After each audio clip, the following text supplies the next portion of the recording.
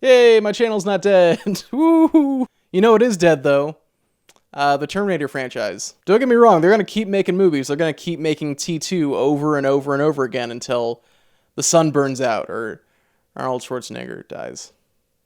And I don't like that thought. Let's move on. You can point your finger at any Terminator sequel, and there's an argument to be made for why that's the one that killed the franchise. Even T2, which it's not a great argument, but the argument's there. But recently I went back and watched The Terminator, 1984's The Terminator, which is available for free on this very website. It costs $0.00 to click off this video and go over and watch The Terminator. There will be some ads unless you've bought YouTube Premium. I mean, come on, you're a smart person. You have YouTube Premium, come on. Who doesn't have YouTube Premium? Come on. If you're watching this on your phone and you have YouTube Premium, go ahead and hit the download button. Just save yourself some Wi-Fi and some 3G or whatever. Or just download it to flex on the people that don't have YouTube Premium, if they exist.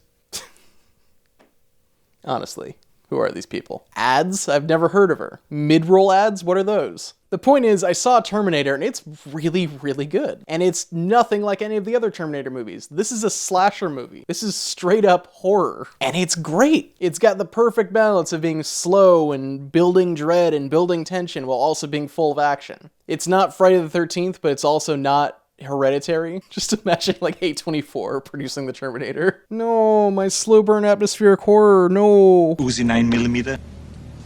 The Uzi 9mm. The Uzi 9mm. The Uzi 9mm. It's such a culture shock to go from these like high concept, insane, crawling up their own butt sequels to the original Terminator, which is just like, hey, here's a guy, he's killing people. You, the audience, know why, but the people in this movie don't really know yet. The phone book killer is on the loose. Why is he killing people named Sarah Connor? We don't know. Well, we know, but they don't know. And you just see the pieces fall into place, like, oh no, he's getting closer. I could totally see this as like a self-serious, no-sleep story. I saw someone with my name die on the news, and I think I'm next. Part 1 of 76. But there's just, it's so charming and so great how much time it takes to like wind up the tension, like, oh no, he's gonna find her, and it all culminates in the club scene with a great shootout and great car chase. Like, man, that's good. I like it. Also, Arnold without eyebrows is very terrifying. Greg is not an alien. Sarah has an interesting hero's journey in this movie because this is technically her call to action. It's not so much, hey, what are your hopes and dreams? And literally, come with me if you want to live. And if that's the call to action, then right after that we get the refusal of the call. Sarah and Kyle, they talk about the future. They hide out in this parking garage. There's some chase. There's some stuff with the police. But then you get back to the police station, and Kyle has to talk to this psychiatrist, and then Sarah's being reassured by the police. There's not really an intention from the filmmakers to confuse us as to whether or not there actually is a killer robot out there. Like, we know. We saw footage of the future. All of this psychiatry stuff is intercut with phenomenal makeup work on this scene where the Terminator removes one of its eyes. Like, man, that actually held up really well. A lot of the effects in this movie held up really well. Well, oh no, honey, look out, it's Wallace and Gromit. They're coming for us, they're coming for our cheese.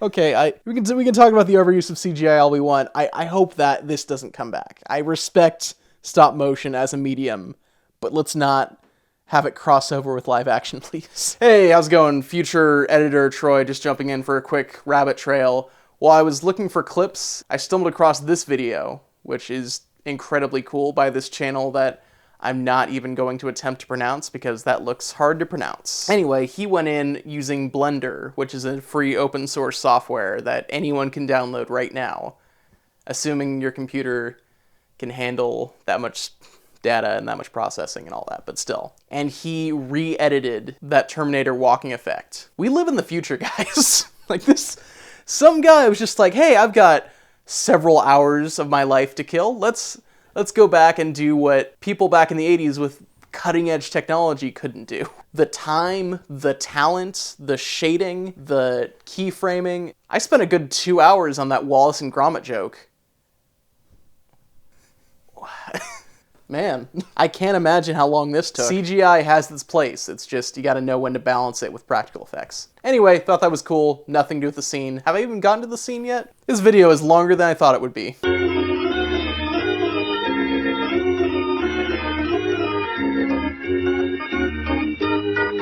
Anyway, my point is, Sarah is being given an out here. We know, as the audience, hey, Arnold's legit, but also the psychiatrist actually has some genuinely reasonable responses to all this. Kyle's crazy. That guy who punched through your windshield, he's a serial killer high on PCP. And adding to their case, the Terminator actually killed a few people not named Sarah Connor. So, you know, maybe he's just a crazed serial killer who just went through the phone book, chose a name, and went on a spree killing. She can take comfort in the fact that maybe her whole world hasn't been shattered yet. Maybe things can go back to normal. And at almost exactly the 59-minute mark, the psychiatrist leaves, and in comes Arnold. This is the scene where Sarah Connor's world falls apart. The police station, the people who are there to help her, the people who are there to keep her sane and keep her from dying, they're about to go bye-bye. We get the Terminator walking up, and he's like, I see Sarah Connor. Ooh, I would like to see Sarah Connor. I'm sorry, that's too. Okay, no Arnold Schwarzenegger impersonation for this video. Sorry. The Terminator walks up, and he's like, I'm a friend of Sarah Connor. I was told that she's here. Could I see her? The police officer's like, Look, it may take a while. You want to wait? There's a bench over there. And that's when he says the line.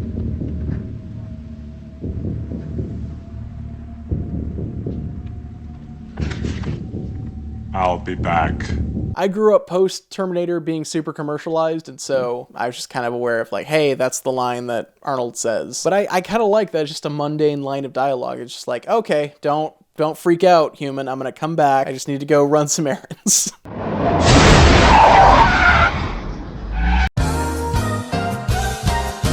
And the game is on. This shootout is just, you can feel the panic. According to the Terminator Wikipedia, 17 police officers died. It feels like the entire county of Los Angeles. This guy basically single-handedly wipes out a police station. The West Highland police station is now past tense. And now suddenly this security blanket is strangling Sarah Connor. She needs to stay in a room. The only person who can help her is locked. They have to keep him locked up because from their perspective, he's a crazy guy and this is unrelated. I specifically really love this moment. The chief shoots him, he turns around, shoots back. His second in command shoots at him, he turns around.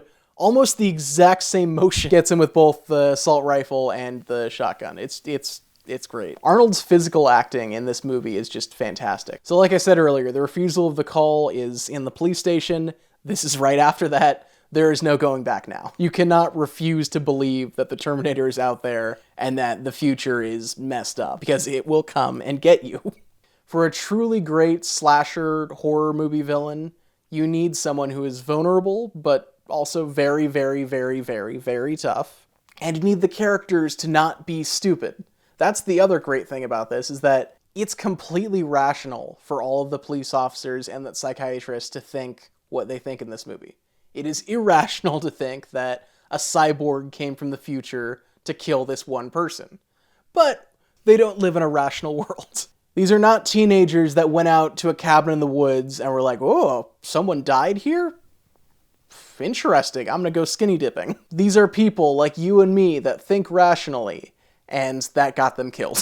An antagonist will always be measured by how good they are at pushing the plot forward and putting the main character through absolute hell. That's how it works. This scene is the pinnacle of Sarah Connor's normal life being ripped away by a perfect antagonist. She has to change as a character or die. This scene, among so many other ones, make it all the more satisfying when Sarah Connor finally finishes her journey.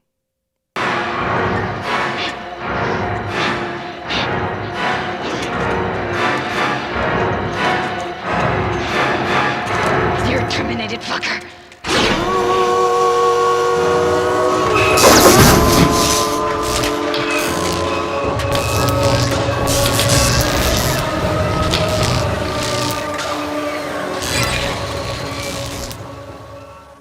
The Terminator is my favorite movie in the Terminator franchise, and the I'll be back scene is truly one villainous scene. There we go. I did it. I snuck it in. Did anybody else do that? I don't think that was required.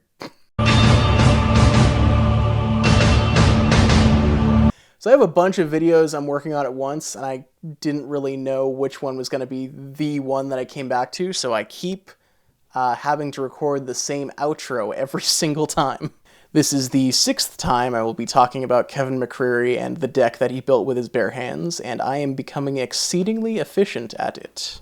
For real though, Kevin McCreary, Annie Iglesias, the two people who were subscribed to my Patreon, and they aren't now because I didn't update it and I was really bad at that. Thank you so much for your patience and for being great people, and I will eventually get a Patreon campaign going that has realistic goals and will keep people more in the loop. I will be shouting them out in several videos just because they're great people. Also, they make great content.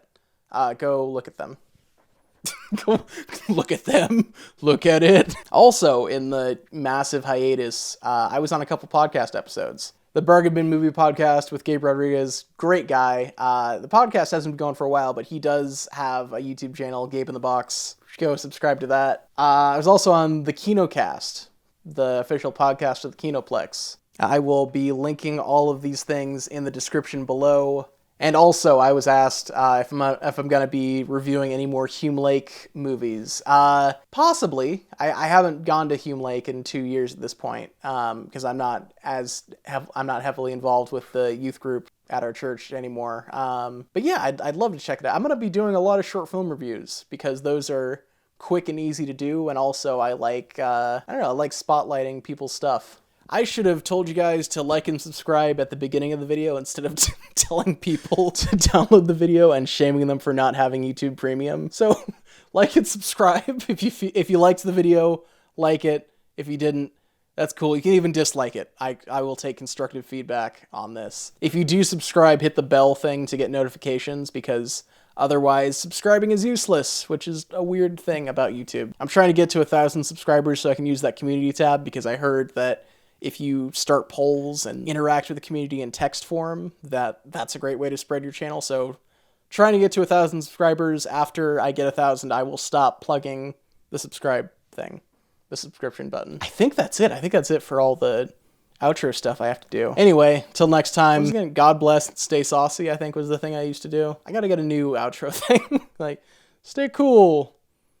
No, I like God bless and stay saucy. I'm gonna keep doing that. With the salute. I don't know. I'll think of something. Anyway, God bless, stay saucy. Have a good weekend or day whenever you're watching this. Anyway, bye.